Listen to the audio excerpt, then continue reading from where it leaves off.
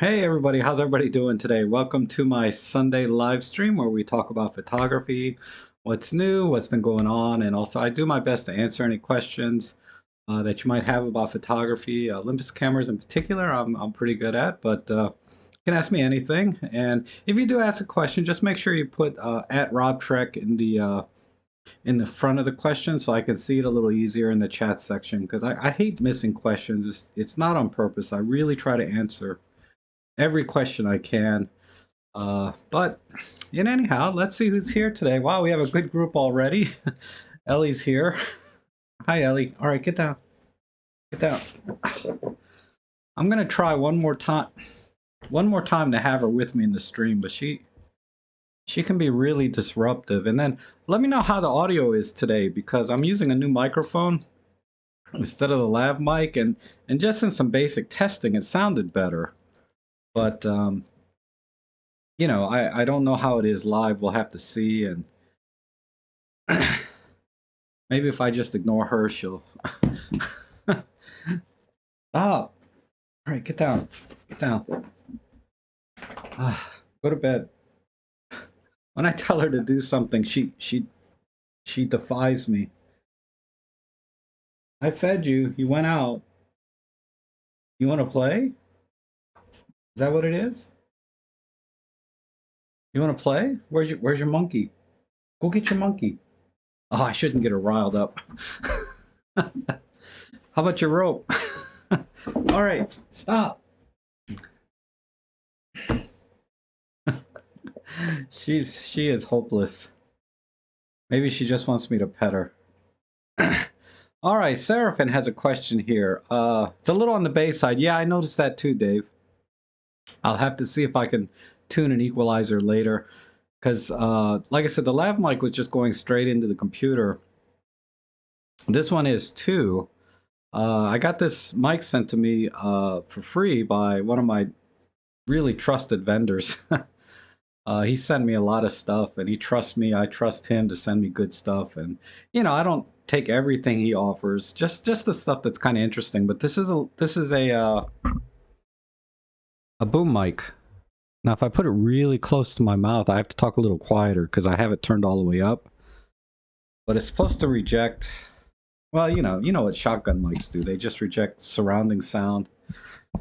I have to test that in a little bit, like outside where my my very noisy backyard. But anyhow, let's see. We have Seraphin asked me, what's the difference in video capabilities between the M1 Mark II and the M1 Mark III? Uh, uh, uh, I think the only difference is the 1080p 120 is the only difference. Both have the 4K with um, whatchamacallit? Yeah, 4K 30, 4K 24, and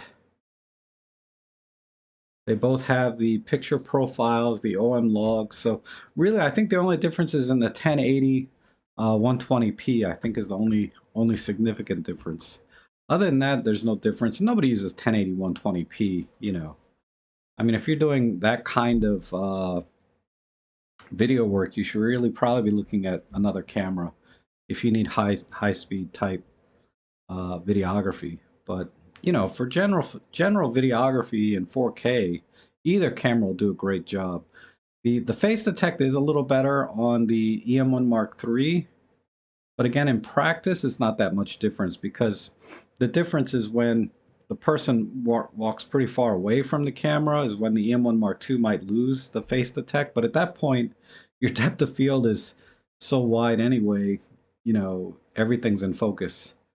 But if from a technical standpoint, the M1 Mark III has better face and eye detect with the autofocus. And Soft to Be Fun's here. Chuck is here. Oh, Florida. We have a little bit of snow today. We're up to almost 1 inch where I live. Not quite. And let's see. We're supposed to get 3 to 5 inches in total. It's still snowing now. And then we're supposed to get another inch or two tomorrow. Just about an hour up north, though, they're supposed to get eight or more inches, which is like where my sister lives. So I have to ask her how much snow she got. Because I remember I just got a dusting of snow here barely any. It was gone within the hour, right? Like it stuck for about 30 minutes and then it just melted away. And she got like, 8 inches of snow.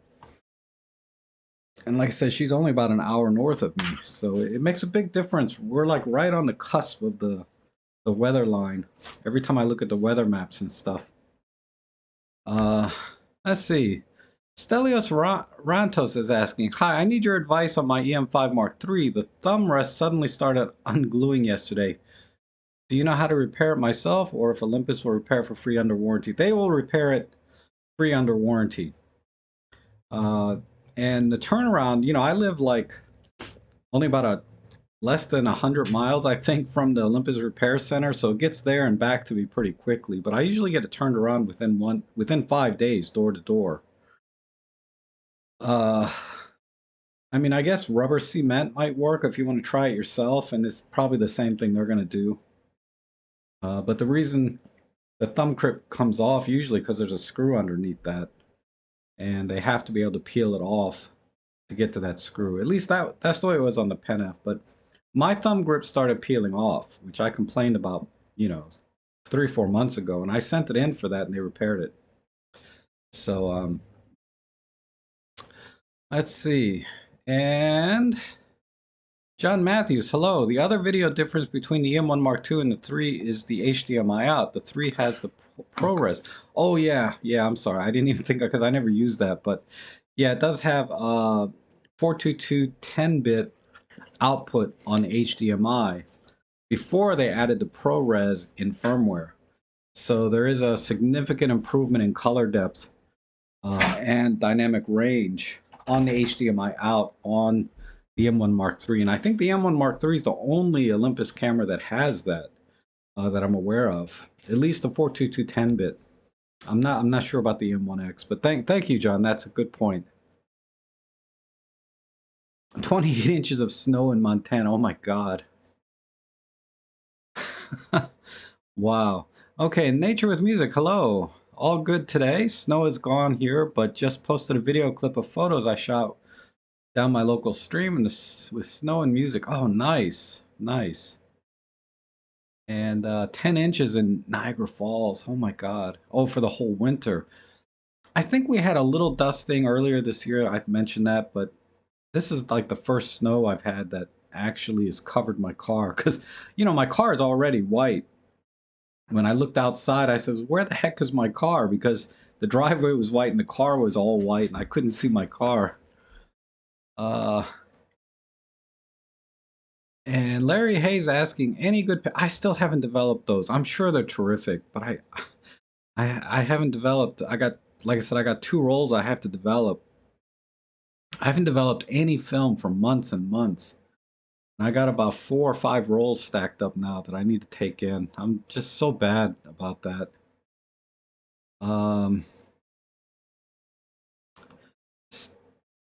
And Cornish says he glued it himself on the M10 Mark III. I assume you're talking about the thumb grip. And shotgun mic is an oxymoron. Should be sniper mic. Yeah, they don't... What do they call it? They call it a shotgun. They call it a boom mic. They call it... I guess shotgun mic is the accurate technical term, right, for it. And in Eastern Finland, we have about a half a meter of snow. Wow. I just... I used to... I never liked snow, and there was 1 or 2 winters where I said, oh, I love snow. I love the changing of seasons. But that lasted 1 or 2 seasons. Now, it's like, if it never snows again, I'm fine, to be honest. I'm a warm weather guy, like down where Marcia lives, and a few of others. We're in Florida, it's just they got the hurricanes there, so I'm trying to find somewhere in between where it just gets a little cool in the winter, like maybe South Carolina, North Carolina area. Be good. And Pen Pal says, I used Sugru on the pen F to cover the little screw that was under the thumb grip and left the rubber pad off. Yes, I did too. I used Sugru on my Pen F when it came off. I know it's hard to see, but get it off my face. But see, I actually made a bigger thumb grip than it originally came with. It wants to focus on my head. But you can see, I doubt you can see that it extends out more than the original. But Sugru is like it comes in these little packets and it's like clay. So you can mold it to whatever shape you want. And then as it dries, it turns into like a bond, right? An epoxy bond. And it's very rigid. But at the same time, it's not like plastic when it's dry. It actually still has a slight rubber texture to it. It's not completely hard. So it's perfect if you want to make your own extended thumb grip. A lot of, that's one of the big benefits of Sugru is you can form it to any shape you want. So if you got a weird shaped thumb, you could conform it if you want. But people make all kinds of things out of Sugru, all kinds of hooks and attachments and put things together. It's cool stuff. And John Matthews says, fixed hiss in Olympus EM1 and 3 over HDMI and when connecting to audio recorder. Go to video, sound, audio setting, PCM recorder link, camera rec volume, and set it to disable. Oh, that's interesting.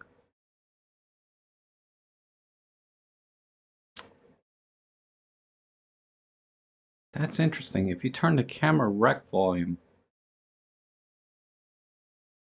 that's interesting.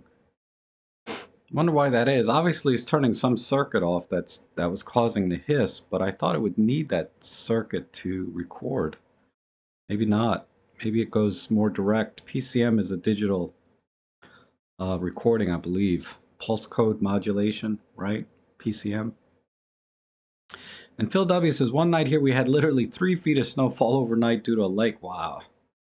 Yeah, we had 3 to 5 feet here one year in recent memory. A lot of snow.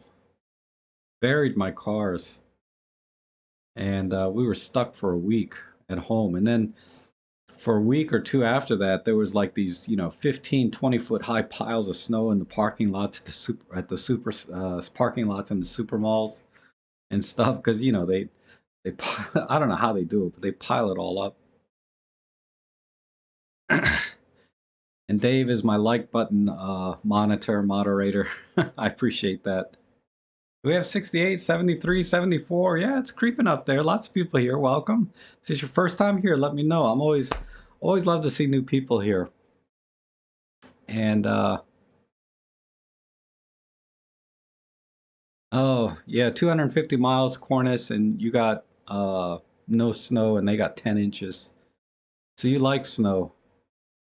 I guess. I mean, it's kind of neat when it snows 3 feet, 4. I mean, like a lot of snow. It's really neat. It's kind of a spectacle for me, right?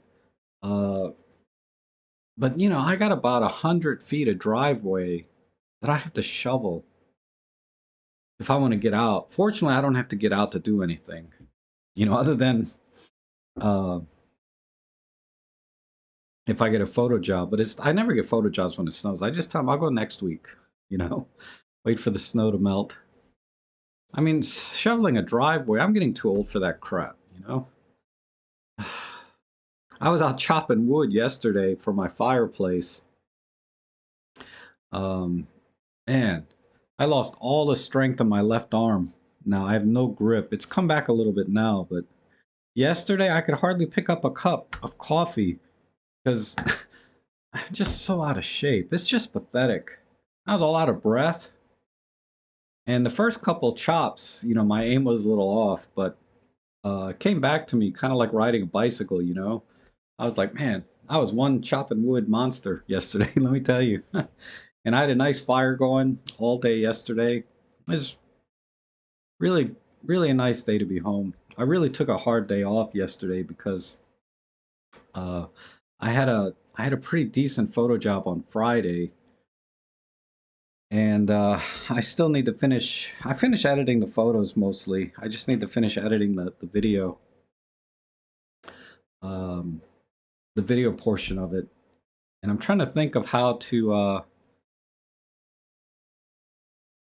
I don't know. I'm trying to think of how because basically it's like a strip mall, and there's three properties inside the strip mall that they wanted to get individual pictures of, because they're leasing. Those are the only 3 vacant spots, and they wanted to get individual pictures of it. Um, so, and they were so simple because the spaces were gutted. There was nothing in it. It was just a box, an open box, right? And so I took like 3 pictures of each property. Well, of the 2 properties, the one space was big. It's like 30,000 square feet. But again, that only took about a dozen pictures because most of it was wide open space. So I got, 4 corners and a couple upstairs, but the upstairs floors were very narrow. They were just kind of overlooking the first floor. And video, I got mixed feelings, but I use my DJI Osmo again for the video because again, you really don't need much more for doing simple property videos. Uh, I didn't even need to use the M1 Mark III that I brought with me for video. The funny thing is, I brought my DJI Osmo. I forgot to bring the Wi-Fi attachment. And what I do is I stick the DJI Osmo on a paint stick and then I extend it up about 15 feet into the air so I can get kind of a bird's eye view. And then I would use my phone to kind of navigate and control the camera on the gimbal up there, right? I'll show it to you if you guys aren't familiar with this thing. So, this is the DJI Osmo, right? And it has this gimbal up here, and you can control it with your phone. So I had to start and record the video on the ground, then extend it up to the top, and then just turn the paint stick back and forth with my hand to get the right angles, so it took twice as long as it should have, because I recorded at least two runs of the same video, so I could, at different angles, so I could make sure I got the right angle of the different parts of the strip mall. Such an idiot. I don't know how I forgot to bring the little Wi-Fi. It's so stupid that they sell the Wi-Fi adapter separate on this. I'll have to look at a DJI Osmo 2 and see if that has a separate Wi-Fi adapter or not. It might be worth upgrading it so I don't forget that stupid thing again, because it's happened more than once where I forget to bring the Wi-Fi adapter. And this is a little 2/3 inch sensor, tiny sensor, 4K, but like I said, it's good enough for property videos. I'm not doing like a cinematic movie or anything, right? I'm just trying to record some neat shots, but yeah, I got my Star Trek mug today, Dave. Snow is great if you don't have to drive in it or clear it, yeah. And hello, Roberto. How are you? I didn't get to say hi to everybody. Commodore Photography, hello. David Tellett, good to see you. David Crooks, always good to see you. And you heard the 150 to 400 is delayed until winter 2021. Ooh. Wow. So it's released, but there's just no availability. I wonder why. Rob needs to set up a GoFundMe for a new snowblower. It's so funny. My mom has a snowblower. And there's a chute on top of it that's supposed to blow the snow off to the right, but it's broken. So the snow shoots straight up. So I'm plowing her driveway with her snowblower, and by the time I'm done, I'm like covered in snow. That was I tell you, things we do for our moms, right? So that's the other thing. I don't have to only shovel my driveway. I have to shovel hers too. It's just because she only lives like 2-3 blocks from me, so of course I have to go do hers, right? And I can't get to her house until I shovel my house. I'm like dead tired before I go to her place. Hopefully, luckily she's retired and doesn't have to go anywhere, so we can both wait till like Wednesday or Thursday when it all melts away.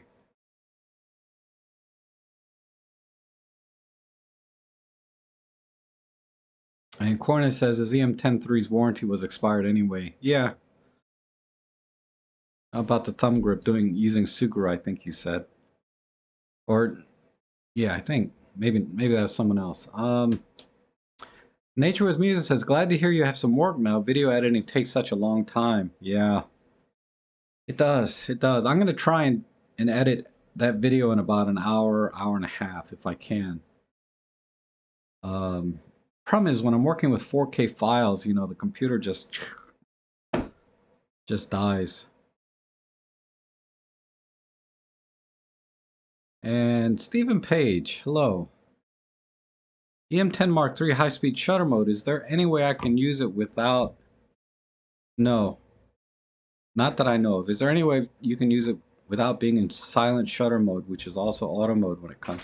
I don't think there is. I think that's one of the quirkinesses of the EM10 Mark III, and probably the Mark IV for that matter. I don't own either of those cameras, so I can't tell you if there's a workaround. As far as I know, there isn't.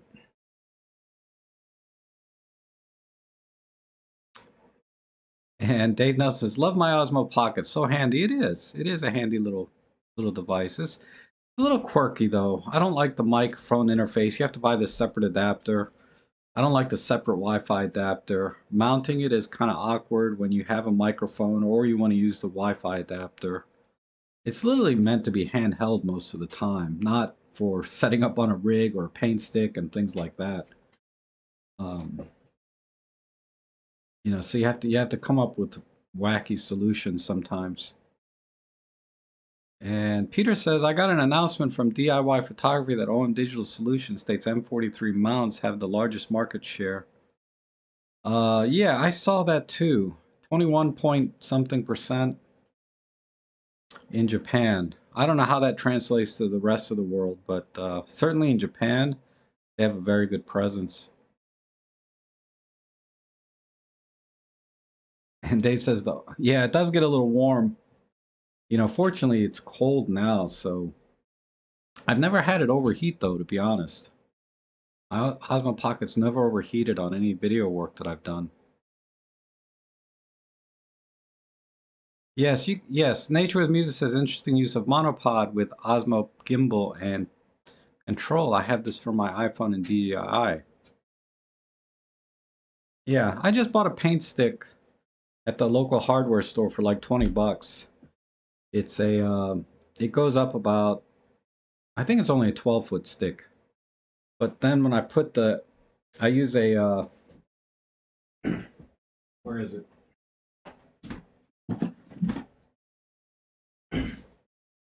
I use this. This is a battery pack, right? To charge, because the Osmo Pocket battery doesn't last very long, especially when you're doing 4K. So this has a USB power bank. It's a power bank. And then this also extends out too if I want it to. So I can get about 14, 15 feet. That on top of the fact that a lot of times it's in my car, so that's another foot or two. And I had to stop the car because some of the power lines were a little bit lower than I had the thing extended. And I didn't, you know, I don't want to get electrocuted. So I lowered it down to maybe 12 feet.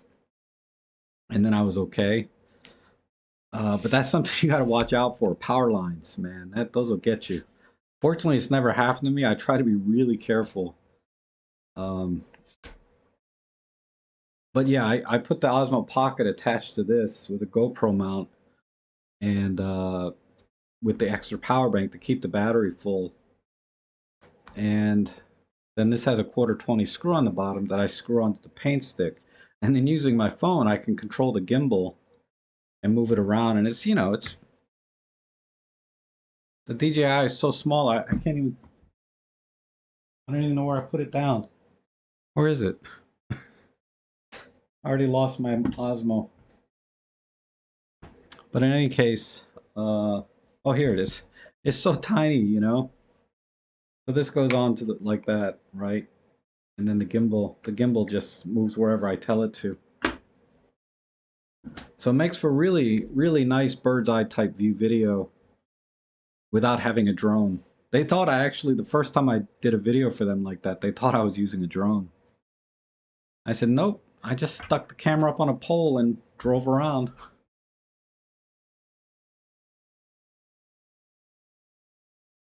And DJI Pocket 2 has a creator kit with wireless mic. Oh, okay. I'll look into it. I don't need the mic so much uh, because I'm doing property videos with it.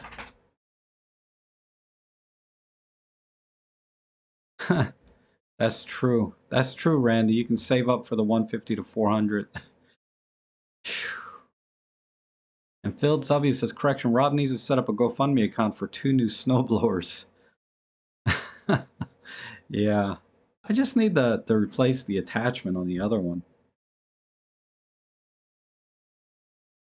And Dave says, my gas-powered snowblowers only worked in warm weather? Wow, that's odd. And then here's the link. Yeah, someone sent me the link in email. I think it was Bob Tishmarsh or I don't know. You guys, a lot of you guys email me. I read them. I don't always get a chance to respond, but I do read them. Let me see who sent it to me.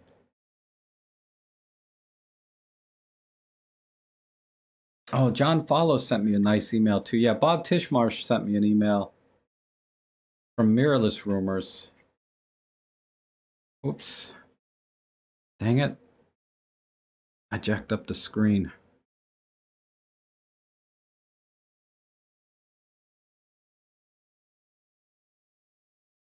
Uh,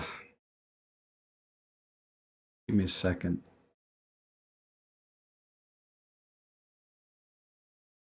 Whoa, look at that.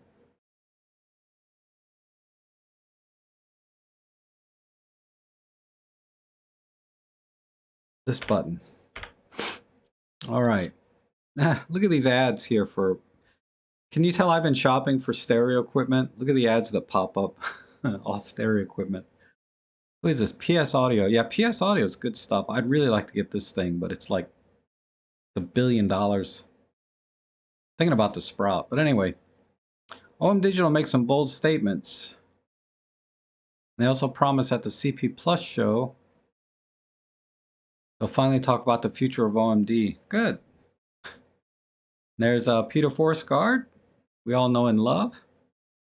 Wow, he's got 6,000. Oh, that must be whatchamacallit. How do you get to this article? But I guess, you know, as an extension though, I saw somewhere 21% market share. And then let me see, there's another great email here from John. He says, Olympus seems to be alive and well in Europe. And then he sent me this link.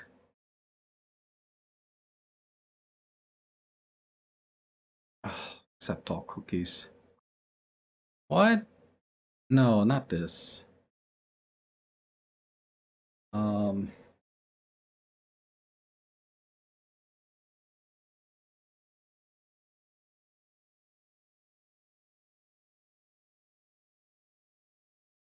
I clicked on this link here. They have all kinds of events going on. There's a workshop. Yeah, look at these events. Pro Capture Shoot Along, Focus Stack. I mean, these might be online, live. But still, it's encouraging to see that things are continuing, right? In a positive way. You know, they're not, it's not like, you know, no news is good news. Any news is good news, really, in this case. And the news is, or, I'm an idiot. This is good news. I really like that it's still January, right? And they're cranking out some events and Olympus gear related, photography related type events. And Nature says, great system you have for shooting from a height. Yeah, it works. It works great. And Adam Favor, hello. Is there a gimbal variable for MFT cameras and what price range a gimbal available? Yes, I use, you're going to spend between 300 and 500 bucks, right? And they're very sophisticated now. They actually, I saw the gimbals like, they motion track your cell phone. So if you tilt your cell phone down and up and left and right, the gimbal will move in the same direction. It'll mirror whatever you do with your phone. It's kind of cool. I'm not into all of that, but uh, so the little more expensive ones have very sophisticated features. I use a Zion crane.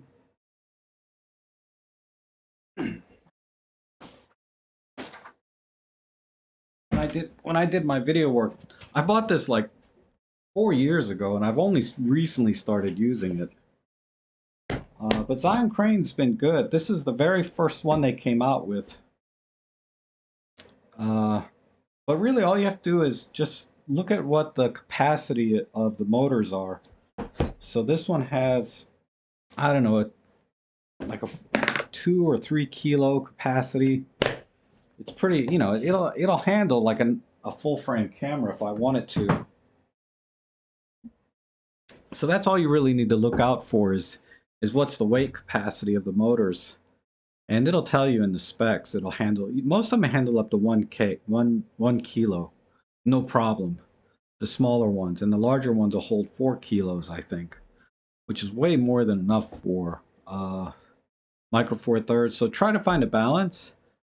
Generally, you want to use a very small, lightweight lens, like the kit lens is good enough for video work. And put the weight together of your lens and your camera, and then compare that to the gimbal you're looking at, and buy the one that at a minimum covers the weight of what you're planning on shooting with. Maybe a little bit more, just in case you want to use a little heavier lens or camera. But don't buy way more than you need. Like, I don't need a 4 kilo gimbal. I could probably get away with a smaller one. But when I bought it at the time, that's all they had were these really full-size gimbals, because a lot of people are still shooting full-frame cameras. Well, let me rephrase that, shooting DSLRs, which are, bigger and heavier.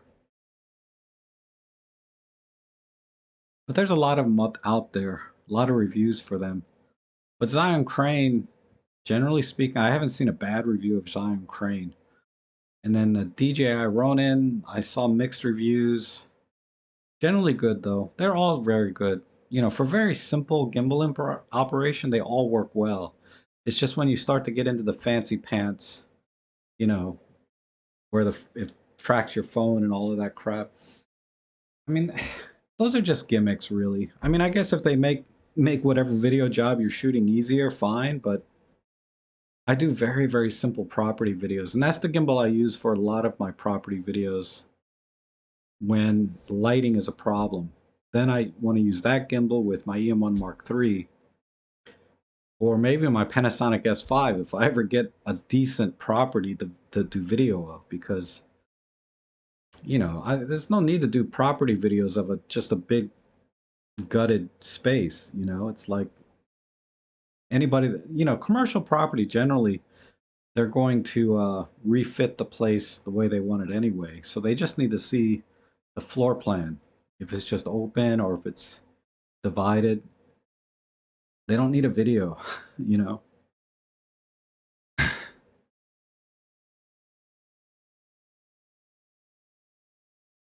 I won't get a shock in the car. Faraday cage and rubber tires. Oh, I guess that makes sense, right? I have to be grounded.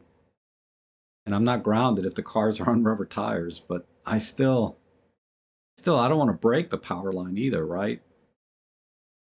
Or my camera. I can't imagine it wouldn't get any shock at all, because it's an AC current going through, isn't it? Wouldn't an AC current just it's going plus some. I mean, I'm not an electrician, but you think about those workers that go up there and fix power lines. Sometimes they get shocked, and they're in a truck with a big bucket crane thing. But that makes me feel a little better, but I'm still going to avoid hitting a wire.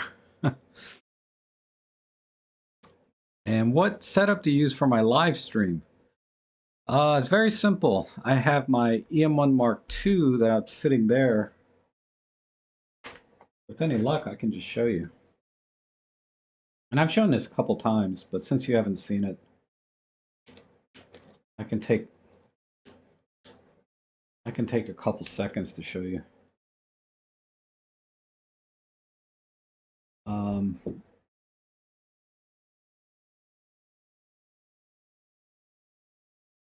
All right, so there's my, I got the autofocus off. There's my EM1 Mark II with some, I forget what you call that thing, but it blocks any glare going onto the lens.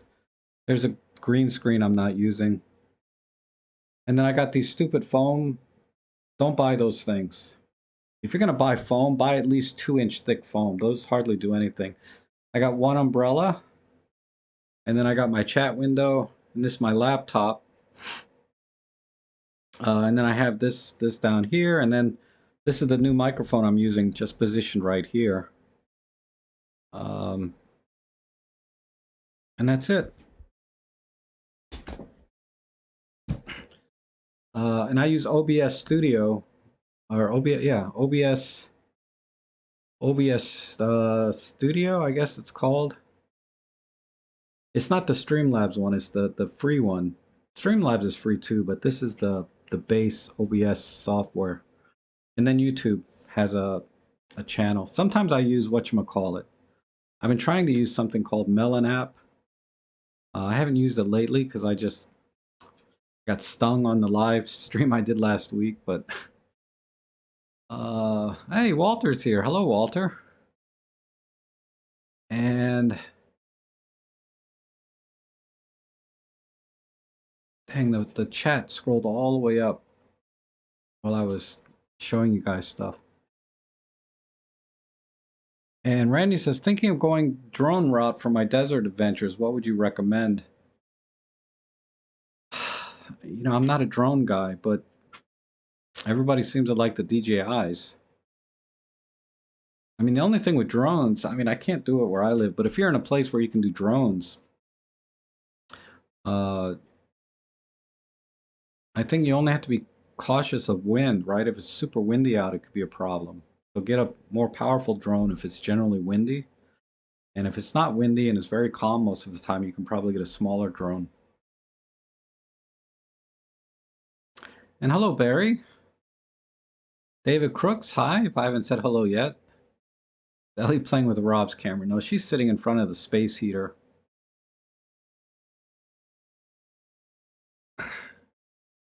And Cornus says, just overclocked my CPU from 2.5 to 3 yesterday.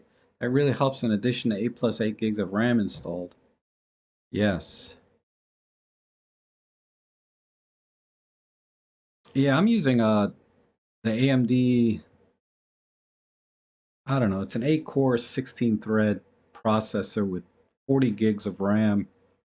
And I have a an RTX 2060. It's an okay setup. It still struggles though with 4K. You really need a desktop that's running full power on all the devices. And the new RTX 3080s look really good. And then maybe a 12-core, 24-thread, you know, CPU from AMD. I think that way you'll be okay. Or get a Mac. Macs do really well with Final Cut Pro. And Nature says, I use my Mac and Final Cut. Oh, see, there we go. For all my video, I rarely get a problem that cannot be quickly sorted. Yeah. Yeah, Mac has nailed it. Very, very efficient. Really good synergy between Final Cut Pro and the Mac processor. And the Mac processor, even the Intel, when they were putting Intel in their Macs, somehow they got the synergy between Final Cut Pro and the hardware in the Macs, you know, perfect. So it runs very, very smooth. You know, us Windows users, we have to kind of beat it down with hardware, with high-powered hardware through Windows to get it to smooth out. And the Osmo battery pack looks like a torture tool. I haven't seen that. And Nature says, I also use my iPhone 8 on a selfie stick for absolute ground level photos. Great for getting under flowers. Yep. I tend to have crappy signal on my remote app with my Osmo when it's 12 feet up in the air. It keeps dropping. I don't have any problems, Dave. I'm using I'm using an Android Galaxy S9. Never had a problem with that.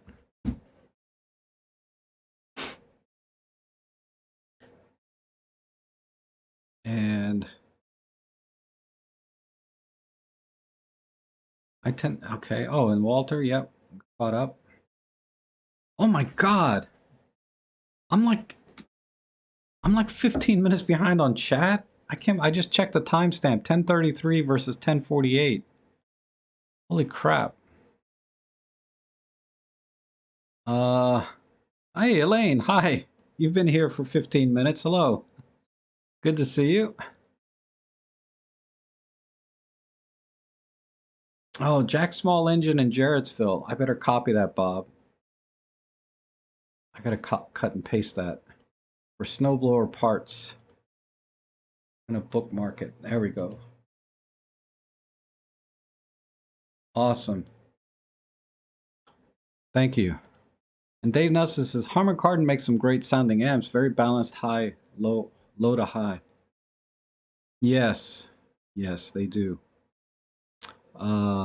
They have they make those Class D amps, right? I forget the series that it's called that I was looking at, and it's really nice. But that's a whole different setup, right? I have to get a Class D amp, and then I have to get a preamp. I was thinking maybe going with a 2 preamp from Shiite or Shit, whatever it's called, and uh, and then buying some VU meters or a spectrum analyzer. Just I don't know.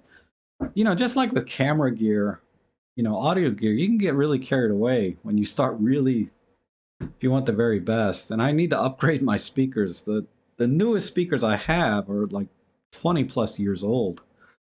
Um, they came out in the 80s, I believe. The their time frame 275s, right? From DCM. Those are the newest speakers I have.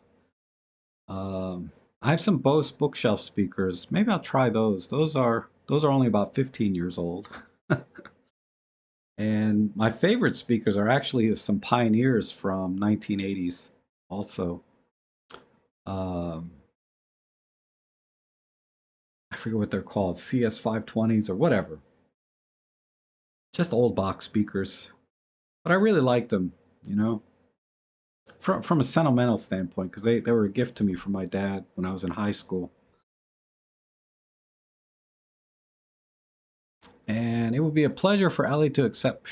Man, I can't be talking words like that. TREAT and COOKIS. She will be on me like white on rice. And Dave says the Olympus UK is still doing a lot of training. Good.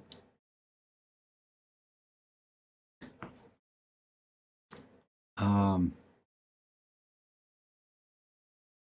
and Walter's got some recipes. Walter's an awesome cook too, by the way. OMD Solutions wants to come out of the shoot with a bang. Have a lot of online events to keep us Olympus gang happy. Yeah. Ali UK has been doing a lot online pandemic began and been pushing hard into the new year. Excellent presenters. Yeah, I haven't watched any of them myself. And Ali UK is so much better than Ali USA. They have the best stuff. Yeah, I can't compare because I haven't watched any of them from either. But I'll take your word for it. And Randy says, I was thinking about a DJI Mini 2. I don't, let me look at what that is. Yeah, that looks excellent. Um,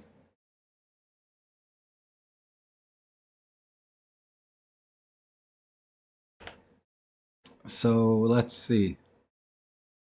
Oh, accept all. I hate these cooking notices, as if anybody's going to say no. Level 5 wind resistance. Yep, that's what I was talking about. 10 kilometer video transmission, 4K, 249 grams. Oh, so you don't need to apply for a license, I guess. 31 minutes. That's all looks really good.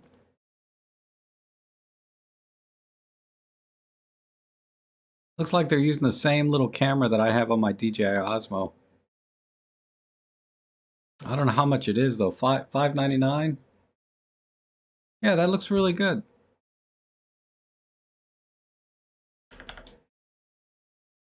I don't see any reason not to get it. Um, but you know, do your due diligence. Watch reviews online about it and see.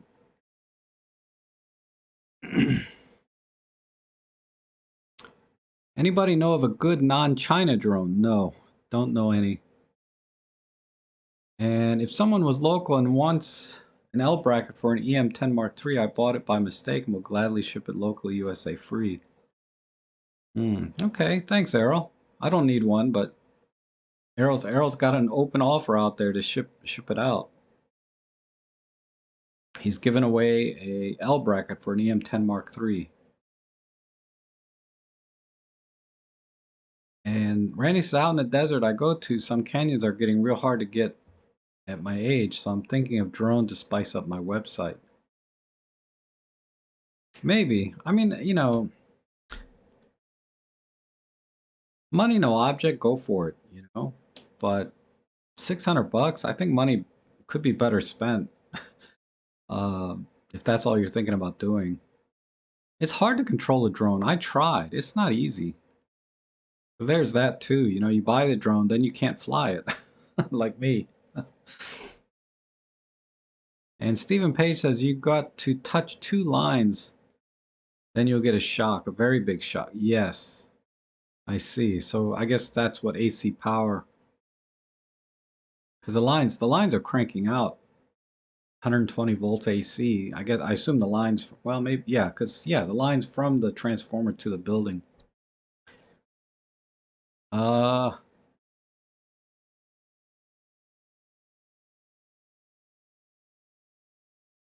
and Steve says 99 and 34 likes. Stephen Page, all right. Stephen and David are my like button moderators. And Marcia says Ollie UK rocks. That's good. You know, programming, and I'm talking about generally the media in the UK is generally excellent. You know, the BBC. Well, let me not name any names. I don't know if it's the BBC or not, but uh, whenever I see programming from the UK, you know, documentaries or television shows, they're all excellent, and they're very good about ending a series and putting a close to the you know, they don't leave you with a cliffhanger. They have a close to the series. Is what I like most, right? Because in the US, man, you they might not even finish a season and cancel the show, or they'll leave you on a cliffhanger then cancel the show. And it's like, God, you know, it's like, what's wrong with you, you know? And that's why so many people say television sucks, you know. But I think in the UK you have less of a problem with that because you know how to do media and television. It's so much better in many ways. Like I remember like there was a series that is definitely BBC where they took you around the world, right? Nature, some nature series. I can't remember the name of it, which was amazing, amazing. And the narration and everything, it's like, I mean, I'm not saying the US doesn't do great work too, right? But I can generally say, you know, any of the UK stuff that reaches the United States has been excellent. I don't know about living in the UK. Maybe it's the same deal, right? Just television sucks, but stuff that I can see from here, whether it's on Netflix with the movies they have, Um, France has some excellent movies too. Gosh, it's just, I have to subtitle half the things I watch.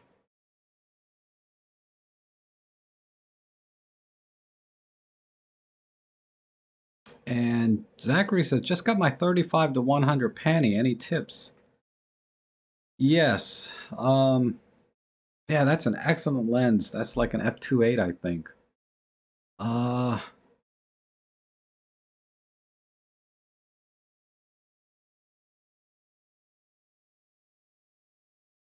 well, these tips really just would be kind of generic to any kind of, especially at the wide end, 35, 40, 50 millimeters. Really just shoot as normal. But generally speaking, when you start getting to the longer focal lengths, you want to try to use silent shutter because I've noticed, I don't know which camera you have, but I've noticed shutter shock on the longer ends, telephoto, even with, with image stabilization, all that. So I would recommend silent shutter on the longer telephoto lens or just all the time, unless you're panning or something. Uh, and that's really it. And keep your shutter speeds double or triple, if not four times the focal length. So if you're shooting at 100 millimeters, try to keep your shutter speeds at 1/400th of a second if you want to freeze the action, generally, and avoid shutter shock or motion blur. Um, that would be really the only tip. Other than that, just shoot as normal like you would any other lens. And also try to shoot wider than you need to, so you can always crop in a little bit.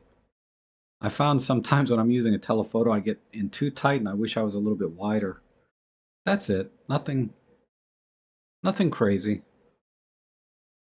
And Lysippus, hello. When I record to PC from my M5 Mark II, when I record to PC, aperture priority, the focus brackets are visible. Selecting all focus points, the brackets go away. How can I use single point focus and not show on the screen?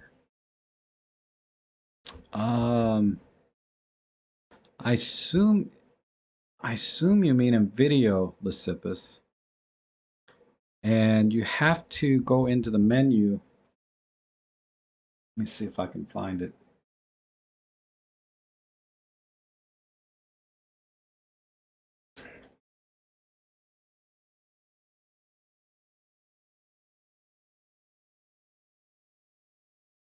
Menu.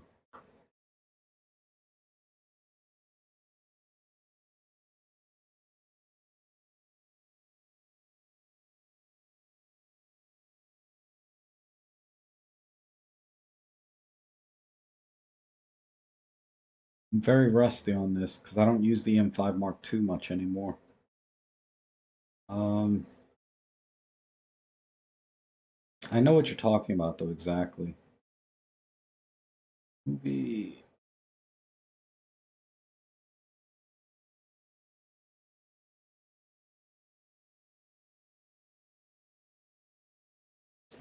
I'll put the camera in movie mode. I'm in single point. Brackets are there. Lysippus, I assume you mean when you're recording, yeah, through the HDMI port. All right, let me go into that mode. Let me look at it. So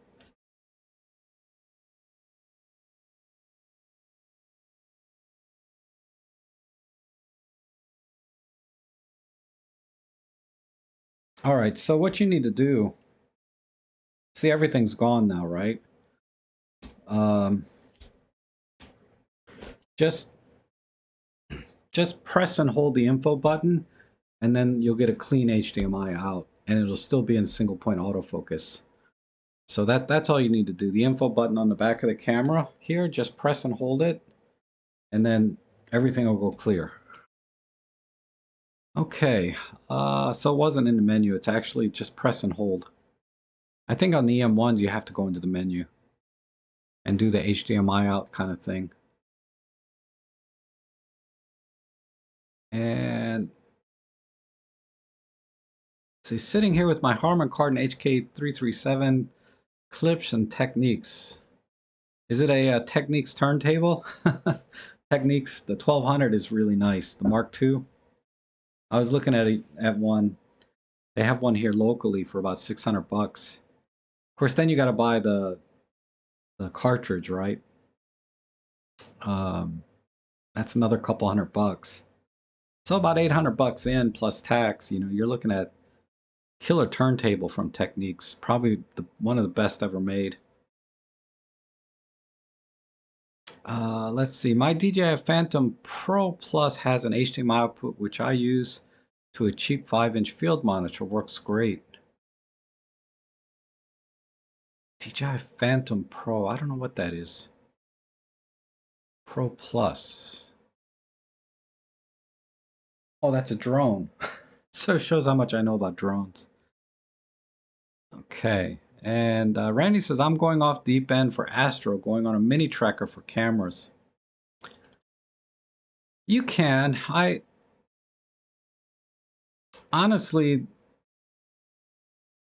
I think you can just do it manually. You know, just loosen the tripod and reposition it and tighten it back up and track it yourself.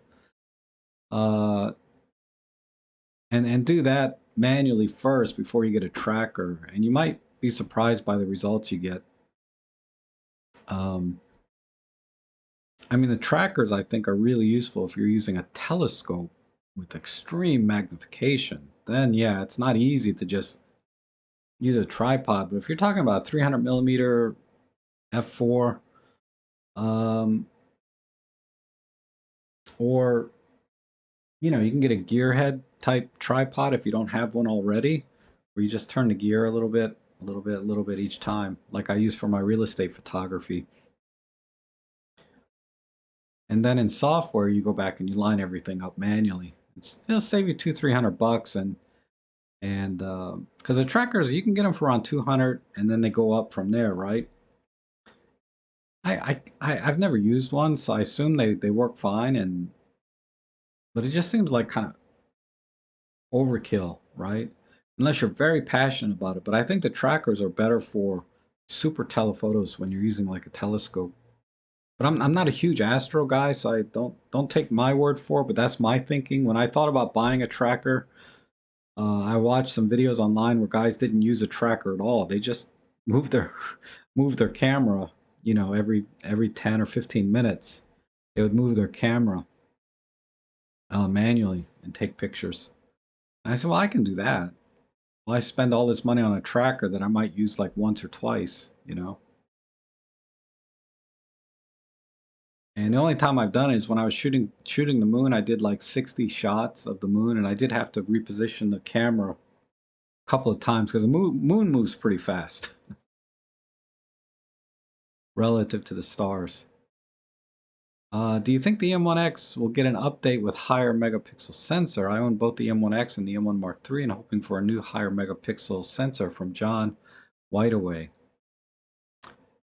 I don't know. Um, I wouldn't personally. I wouldn't worry about more megapixels. I'd like to see. Um, I'd like to see other things like better tracking, better autofocus. Those aren't really sensor related, but and maybe better ISO performance. You know, those kind of things would be nice. Then you won't need such a high resolution because the problem with a lot of pictures you take, if you're talking about like the M1X and the M1 Mark III, I assume you're doing some telephoto work. You know, longer lenses. And what really kills detail is that is shooting at higher ISOs, right? You're shooting at 400, 800, 1600, 3000 ISO. That's killing all of the detail in the 20 megapixels. So if they can, you know, if they can improve the sensor performance in terms of noise, I would much prefer that over higher megapixels. Even if they have to go back down to 16 megapixels, and then if they can double the noise performance, you'll see a lot more detail in telephoto type work. And for, for other things, they have we have high res shot mode, handheld high res shot. Um, I understand that doesn't work for all situations, right? It has to be pretty much stationary. But yeah, I think that's where the tech should the that's where Olympus should go, is better ISO performance in the smaller sensor. Now Panasonic did this with their GH5S, right? It didn't have IBIS or anything, but they went down to 12 megapixels, and they essentially almost doubled the ISO performance by putting a dual gain sensor in, all kind, whatever magic they put into it, and it is better. And that's what Olympus needs to do with their next sensor, I think, rather than go with higher megapixels. If you need the higher resolution for other things, uh, you may have to get a different camera, you know. But I think that's my thinking. I'm making a lot of assumptions about why you would want more megapixels, because generally megapixels is not the problem with images. Usually it's ISO noise is the problem with when you go with trying to get detail out of an image.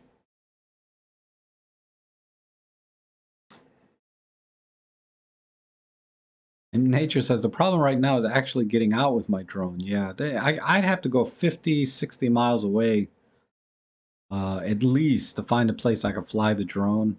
But I've had a drone for almost 2 years now, and I've never flown it outside.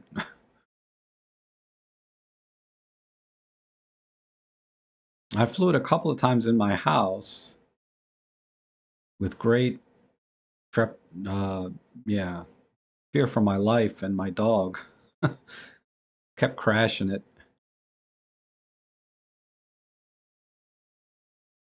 And yes, the US is all about dollar. Corporations are all about dollars, yes. Screw everything else. I would say corporations are. USA in general, I wouldn't say that, but I would say that about corporations, at the very least in the United States. It's true, you know? I used to work in corporate America many moons ago, but nothing's changed. And they will drop you like that.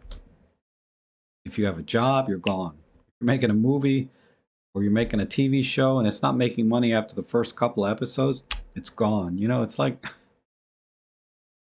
it's just shocking. I mean, I don't know why they can't just say we've prepaid for one season and we're gonna finish it.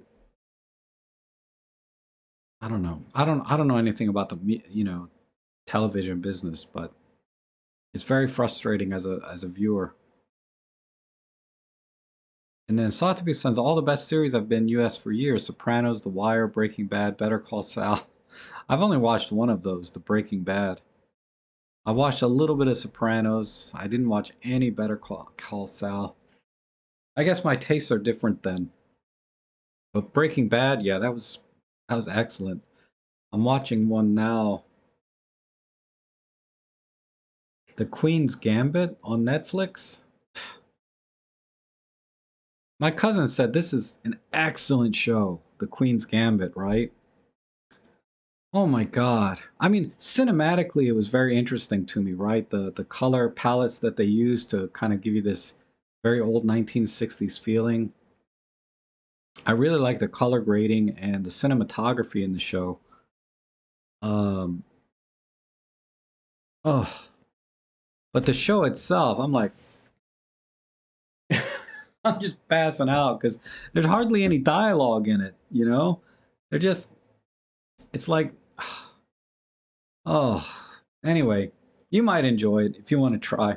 I mean, that's the only thing that's keeping me watching is this the cinematography is is the only reason I'm watching it now. Because I really like how they did the lighting. Like, there's a scene where she goes to bed and she's sitting in her bed, and I noticed the lighting on one side of her face was very strong, and the other side is very soft because she has these lamps on either side of her bed. And I paused it. I looked at it, and if you look at it closely, you can see that they used a much brighter light on the lamp near her than on the lamp on the other side of the bed. Because she was sitting, it's a queen bed, right? So she's sitting on one side of the bed, and the light on this side was so much brighter. You know, the average person's not going to pick that up. They're just going to look at her face and see how pleasant the lighting is, right?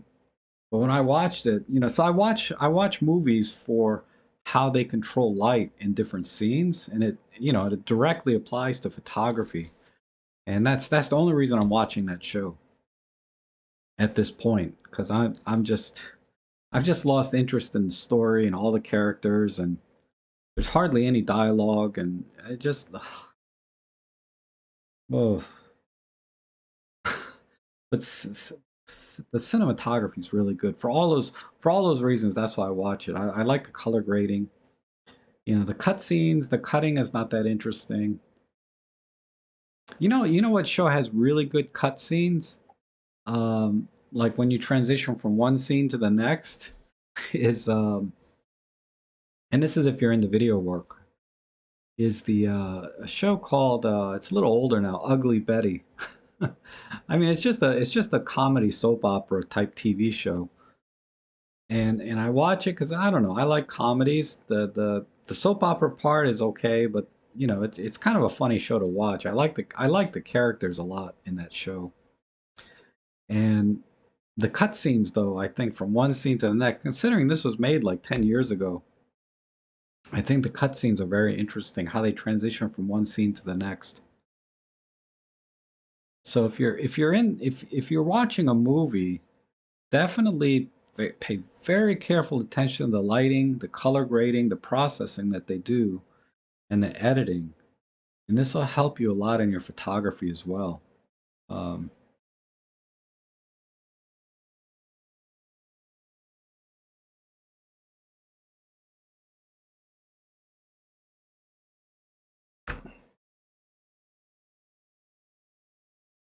you saw a guy, David, trying to fly a drone at Lake Fairfax? Yeah, that's not right. You can't do that. But a lot of people don't know any better. You know, you just go to Best Buy, you get a drone, and all the paperwork in there, right? The warnings and go to the FAA and all of that crap. You just throw that stuff away and you go out and you fly, right? Most people, the average consumer, um, they have no idea, the kind of havoc they can cause in this area because of all the airports and military bases and stuff. Because it's serious. It's a serious thing, drones, messing with things. Seven Up is a BBC documentary that started back in the 60s, interviewing seven kids, upper class seven kids working. Oh, that's interesting. That's interesting, Elaine.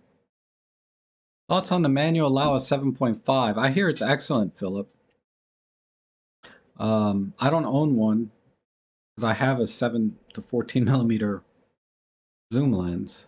I don't have a need for a Laowa, but I haven't heard any bad things about it. And everybody that owns it loves it, so I wouldn't hesitate to buy it or recommend it, to be honest.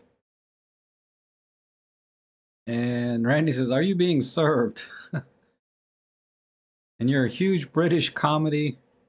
Randy's a huge British comedy guy. Yeah, me too. I love the IT crowd. Probably one of my favorites. Coupling. Um, bunch of others I can't think of the names of off the top of my head, but they're great. Oh my God, I'm way behind again. I'm sorry.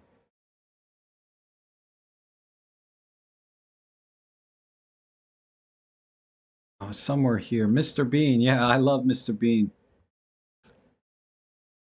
And Leon's asking if I'm still doing the video on long holding. Yes, I will. I will. I got three videos that I definitely have to do. I have to do the long hold video. I have to do one on startup times, and then I have to do one on this microphone. So those are the three videos. This January was just a bust. I don't think I got any videos out. I just live streamed, and then I didn't even live stream every time, right? I had a couple of days off too. Uh, I need to get on it though because you know December was a good month for me, in terms of views and everything, but January is abysmal, and it shows. If you don't work, you don't make money, and I need to get back to work, definitely. Can't just rest on my laurels. And Marsha's asking, how can I get cluster AF? Dang, I can't think off the top of my head because I don't use it. But Robin Wong has an excellent video on that. Let's see if I can find it for you real quick.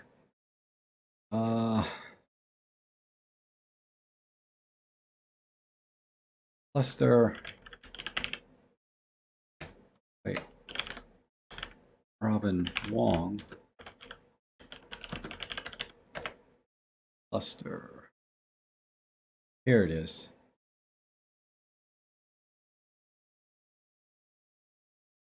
So it's this video. Better CAF with cluster area shooting on the OMDs. So let me put a link to it for you.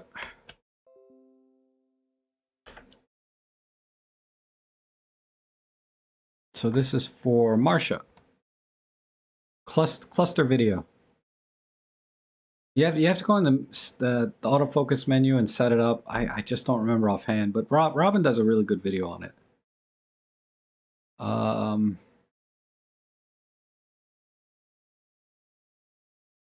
And Tony B. Okay, Tony, we'll see you later. That was like 15 minutes ago. I'm sorry I missed you, but I'm glad you stopped in.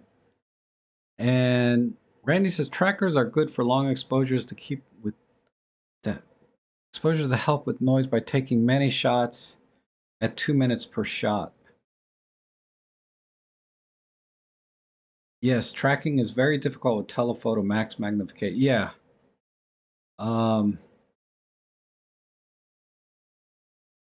That makes sense. Yeah, if you're doing 2 minute shots, I do like 10, 15 seconds in Astro.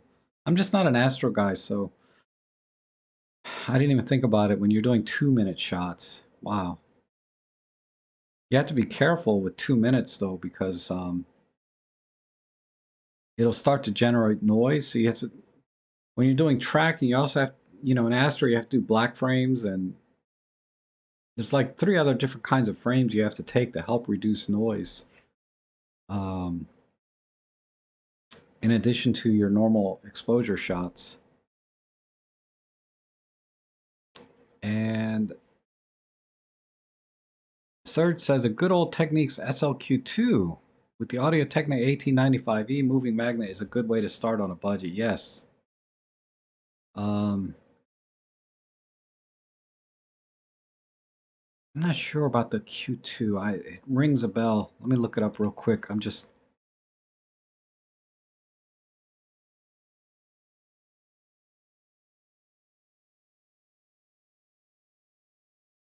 Yeah, that's a nice one. That's a nice one. It's not quartz lock driven. It's not quartz lock or anything like that, but you can, it's easy enough to manually adjust. Uh,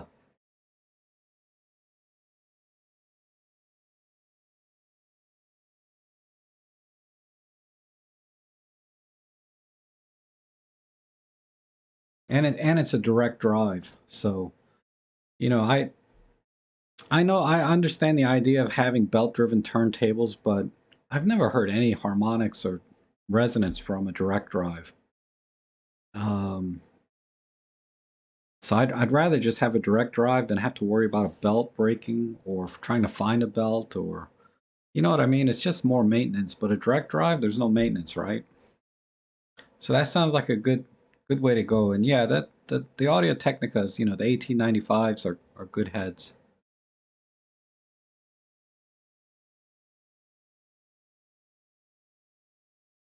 I'm leaning towards like an Ortofon red or blue. I'm not sure. There's a big price difference, right?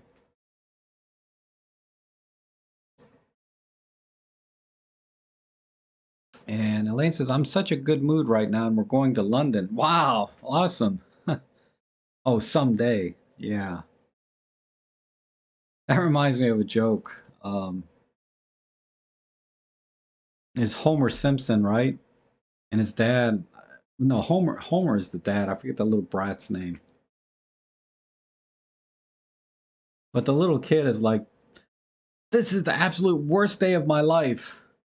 And then his dad comes in and says, so far. So I always think about that. It's a little depressing, but at the same time, things can always get worse, right? So whenever something bad happens or I'm not, I'm a little upset, I was like, well, if this is the worst thing that happens to me in my life, I'm fine. 'Cause I always think about that joke. This is the worst day of your life so far.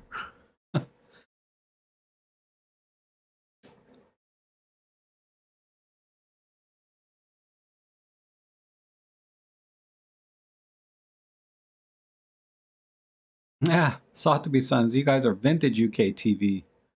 Yep. Oh, Ab Fab. Yeah, I remember Ab Fab. That was a good show. That's definitely vintage. Mr. Bean and Ab Fab.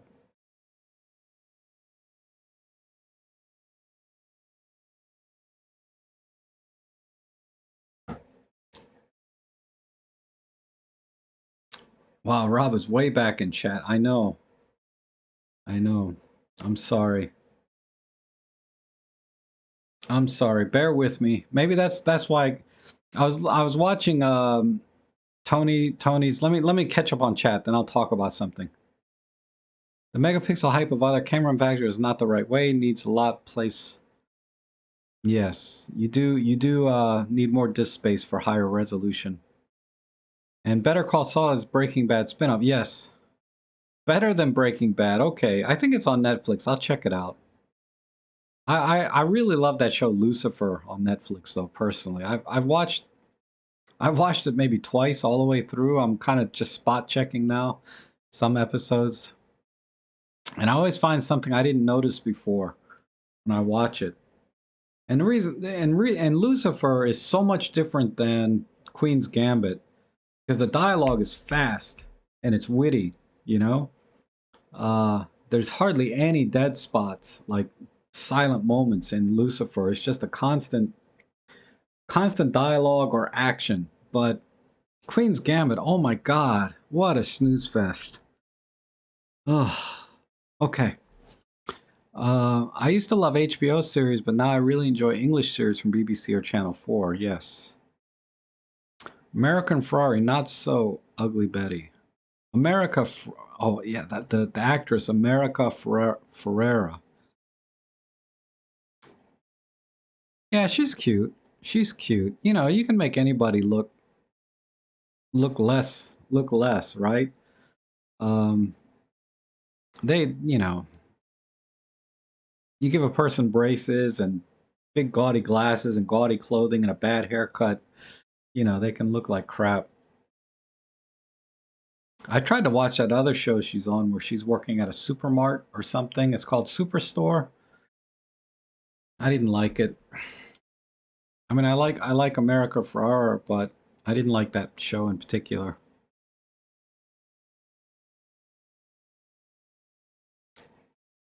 Cluster is a cool looking, but don't find it super effective.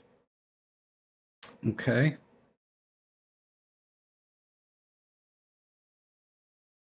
Good feedback. I mean, I don't know. I never use it. I'm a single point focus guy generally. Single point or 5 point, just keep it simple. Should get great color after stacking. Yeah, I've seen, people do amazing things. There's a astrophotography guy that uses Olympus cameras on YouTube. I forget his channel. I haven't needed to watch it in a while. God, I got so many windows open from talking to you guys. Uh,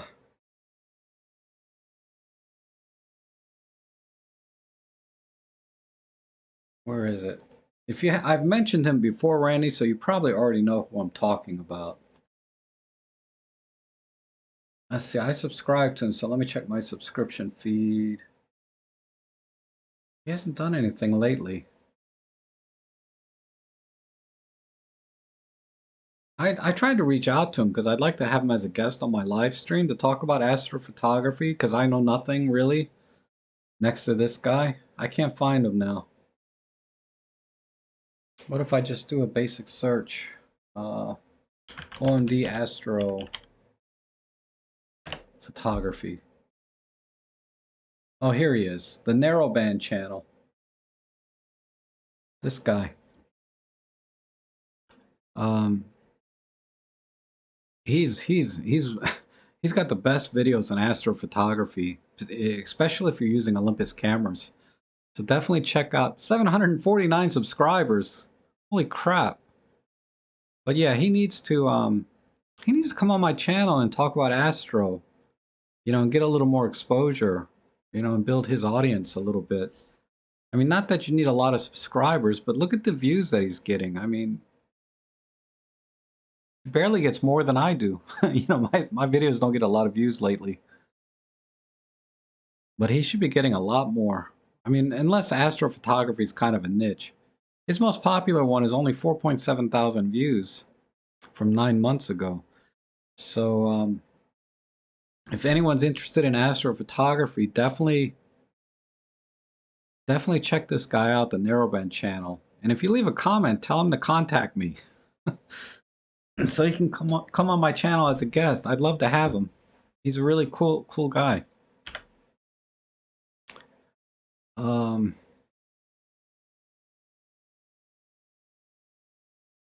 and Barry, okay, Barry, we'll see you later. You've been gone 10 minutes now. I'm sorry I missed you, but thanks for stopping in.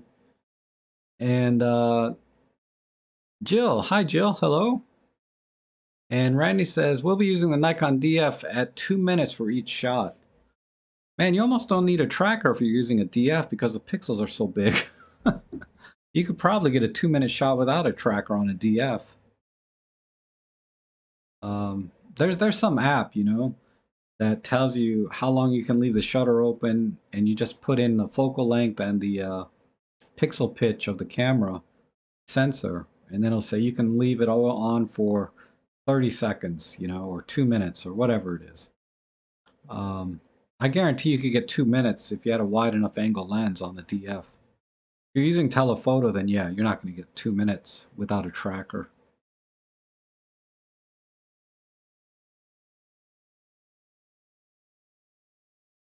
Bart, thank you, Elaine. We were talking about Bart and Homer. Uh, Dang, it says at, at, at Rob. Where did I see that? At Rob, what time is the next stream? 12 p.m., Leon. 12 o'clock. And Carmen says, have you thought of getting samples of the 1.4 Sigma lens from Sigma, comparing them with the EM10 and EM1? They need to contact me if they want me to review their lenses. I will not buy a Sigma lens because I just didn't have good experience when I used to use Sigma on my Nikons. And I hear the problem is still not fixed, and that's with autofocus. Um, I had constant autofocus issues. Not constant. Let me rephrase that.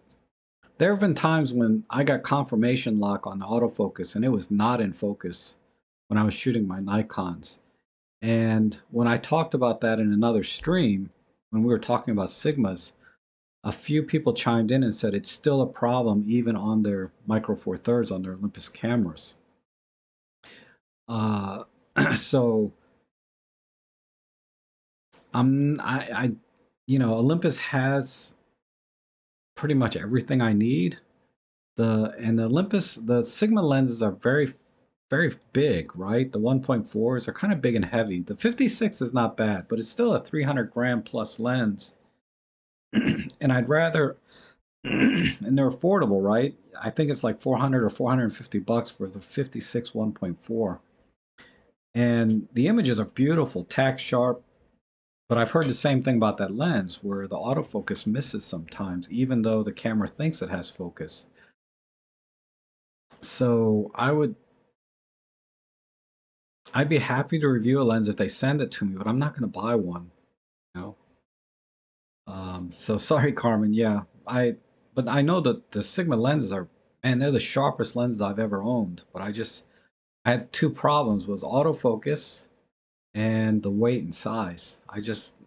Those were two deal breakers for me. I just don't buy heavy lenses if I can help it. Fools and Horses UK series. Okay. And only know of Astro Backyard. Yeah, he's really good too, that guy. Astro Backyard, I love that. When I was looking into astrophotography and stuff, I watched him and I watched this other dude more recently. And Nature says my new land server system is working great. Access both the iMac and Windows computers. Got to check out the access from iPad when overseas. Cool. Because you were talking about that a week or two ago. I'm glad that all worked out. And John Yutze says, don't forget the like button. Thank you, John. And Ann Eastbury's here. I'm sorry. Hi, Ann. I didn't see you come in. And if anybody's asked a question, I'm almost caught up and I didn't answer, just ask it again. I'll do my best. Rob, you can't take 2-minute shots without a star movement. Okay. Yeah, I would make that assumption as well. Once you get past on a Micro Four Thirds, once you get past about 10 or 15 seconds, um, you start to get star trails, right? The eggshells. And then I've done. Oh, I need to sneeze now. All right, Ellie, I gotta put her out. Let's go.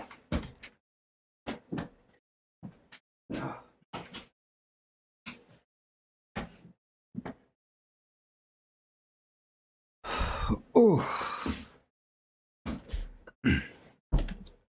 All right, I was talking about something, but um,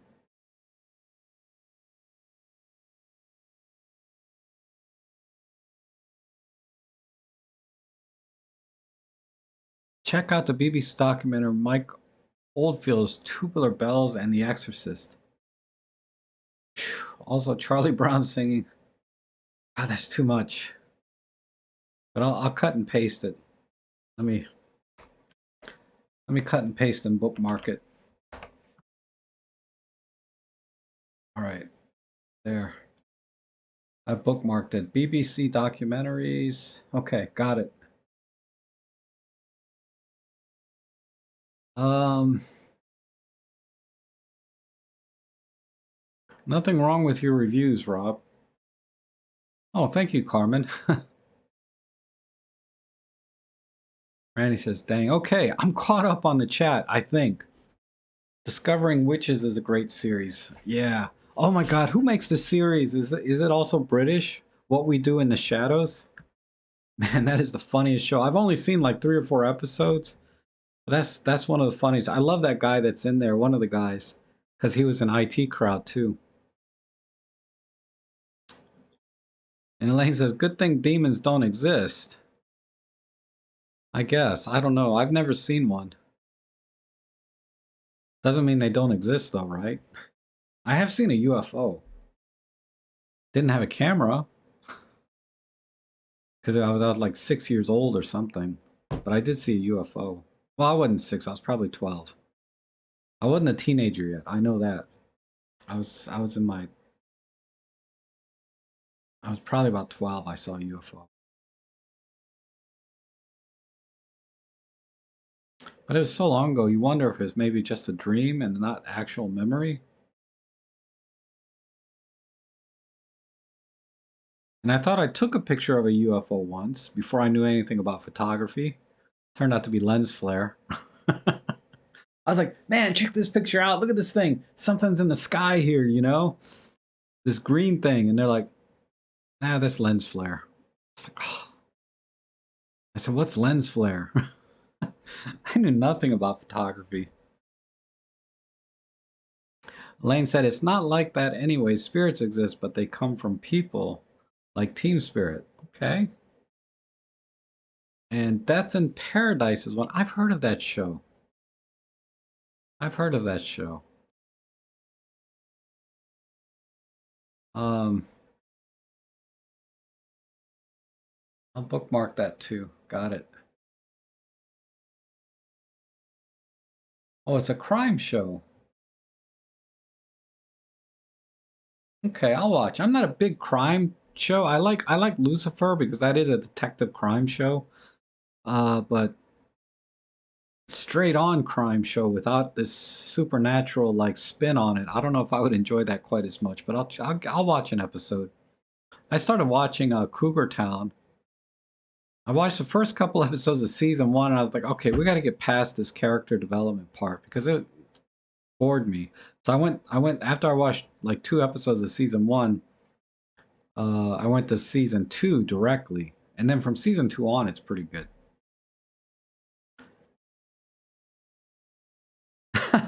There is an original movie, What We Do in the Shadows. I didn't know that. I'll definitely have to look for that. Definitely. Maybe I can rent it from somewhere. Um, or I'll just buy the DVD. They're only like $5 or $10 usually. And Nature says, I've been trying out bird tracking on my EM1X with a 300mm lens. Some reservations with software and also using teleconverters. Any comments? Um, I cannot comment on it. I don't have an EM1X or more pointedly, I don't have a 300mm lens. F4. I have the 75 to 300. I wish the only thing I can tell you is yeah, just try to use silent shutter if you can because I have noticed shutter shock on my cameras and you'll need to be at least 1/1000th of a second or faster depending on the size of the bird. If it's a small bird, you want to go closer to 2,000th of a second. You know, larger birds like cranes and blue herons, you can get down to about 1/1000th.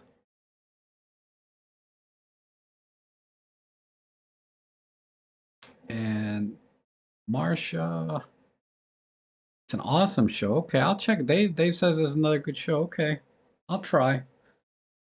I need a premium subscription to Prime Video. I think I have that. I don't know. I'll look. If I don't have access to it, then I probably won't watch it. Leon says, also thought I saw a UFO when I was my early teens. Later saw it could have been a weather balloon. Yeah. Well, the UFO that I saw was more diamond shaped, and it came out from behind the moon or off of the moon. I don't know. When I saw it, it was near the moon, and it was one of those daytime moons where you can see the moon during the day. And I saw this triangle shape kind of flying off away from the moon. Obviously, it wasn't taking off from the moon, but that's when I saw it. So it wasn't a plane. It's just technically a UFO. I couldn't identify it, and it was flying in the air.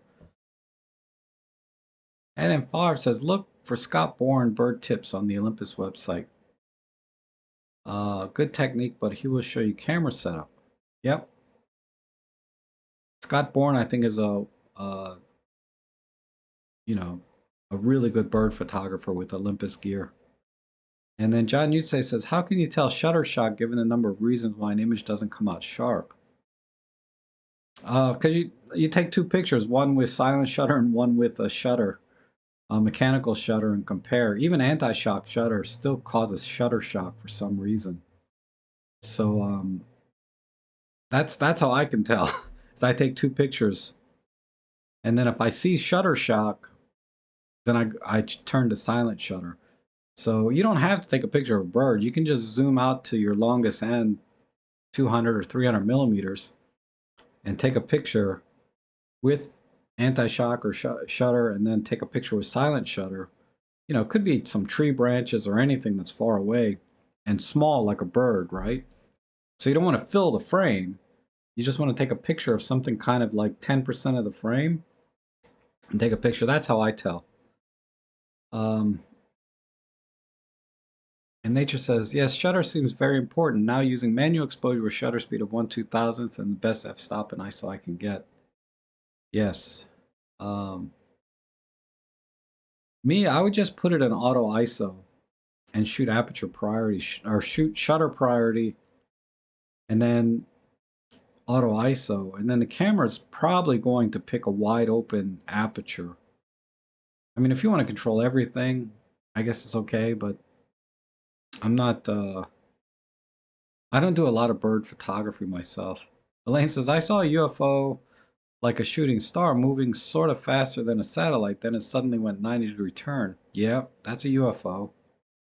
That's a classic UFO sighting, right? Where it's doing things that are aerodynamics, not aerodynamics, um, whatever. We can't do that with our current technology, right?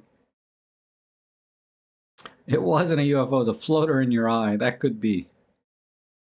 And Deborah Harkness wrote 3 books in the A Discovery of Witches in the UK on Sky.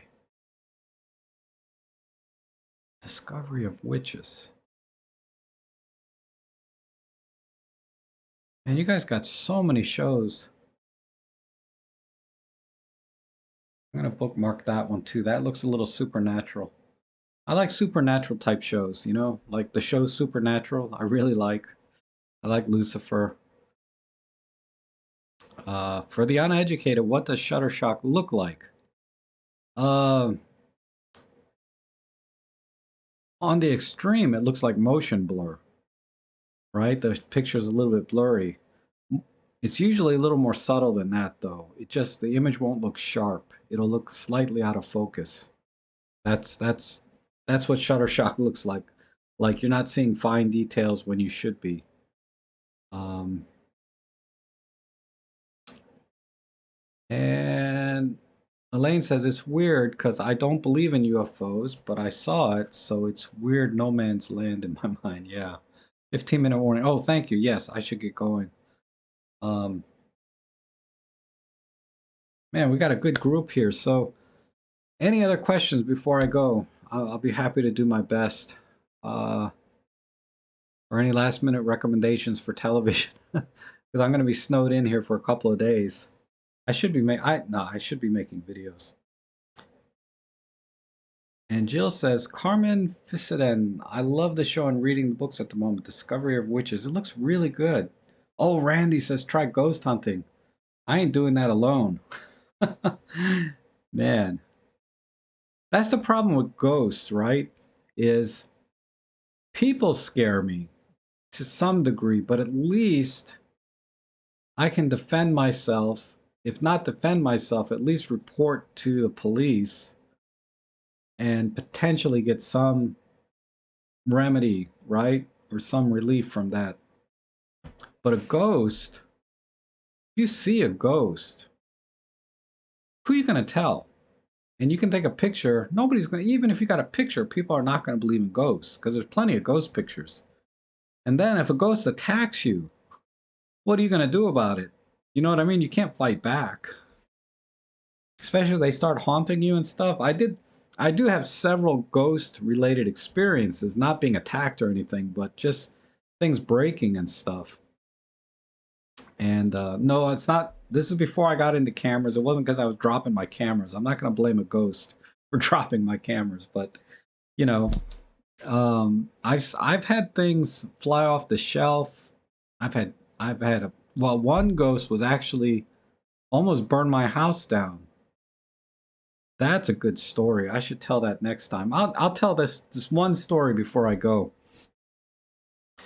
Um, I was My sister and I were down in the basement working on something. This is back when I had my other business. And she'll vouch for me. But the smoke detector started going off. And we're like, wow, that's weird. So we go upstairs and trying to figure out, and we could smell it once we got upstairs. And we went into the kitchen, so our nose led us into the kitchen. And all of the, it was a gas stove, right? All of the burners were on, and the oven was on. And I'm like, were you cooking something? She goes, no, there's nothing on there, right? And then the oven was on, and the burning smell and the smoke was coming from the oven and inside the oven, because I never bake. I don't bake. I'm single, right? I don't bake. Well, it's not because I'm single, but I don't know how to bake, right? And so the oven is what I use to store all of my pots and pans. And what was burning was the plastic handles on the pots and pans started burning and causing the smoke in the house that set off the fire alarms. And so that's the only time I had a dangerous incident with a ghost. Other than that, it's just stupid stuff, breaking and stuff. But ever since I moved out of that house and my other house, the two houses I lived in before were haunted. This house has been ghost free, no problems at all. Thank goodness I haven't had a single incident. But I've had many incidents, that paranormal incidents in my previous two homes that I could talk about. But that one was the most dangerous one. Because if I was sleeping or something, that could have went into a serious fire.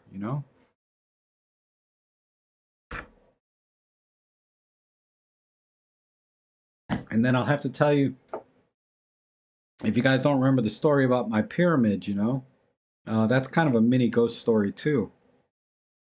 So we'll ask the pyramid, is there such things as ghosts? Are ghosts real? Magic pyramid. Accept life's gifts with gratitude. So ghosts are a gift? I don't know. But there's a little ghost story associated with me getting that pyramid. Oh my goodness, Rick is here. How you doing, Rick? A little bit late. I'm about to head out. Yeah, I'm about to start photo editing. So everyone, thanks for joining me today. I will I need to go to my photo editing live stream where you can send your photos in for me to edit. Hopefully you've sent them in by now, because I probably won't get to it if you haven't sent it in by now. But in any case, it's always fun seeing everybody here and chatting with you guys. It's always a lot of fun. Thanks for all the TV show recommendations. I will definitely try and catch up on those and let you know how those go. But go out there and keep shooting. Lots of snow here in my area. Winter time, so I'd like to see some snow pictures next time. But in any case, thanks again for taking time out of your day to spend it with me. I really appreciate it, and I'll be back most likely on Tuesday.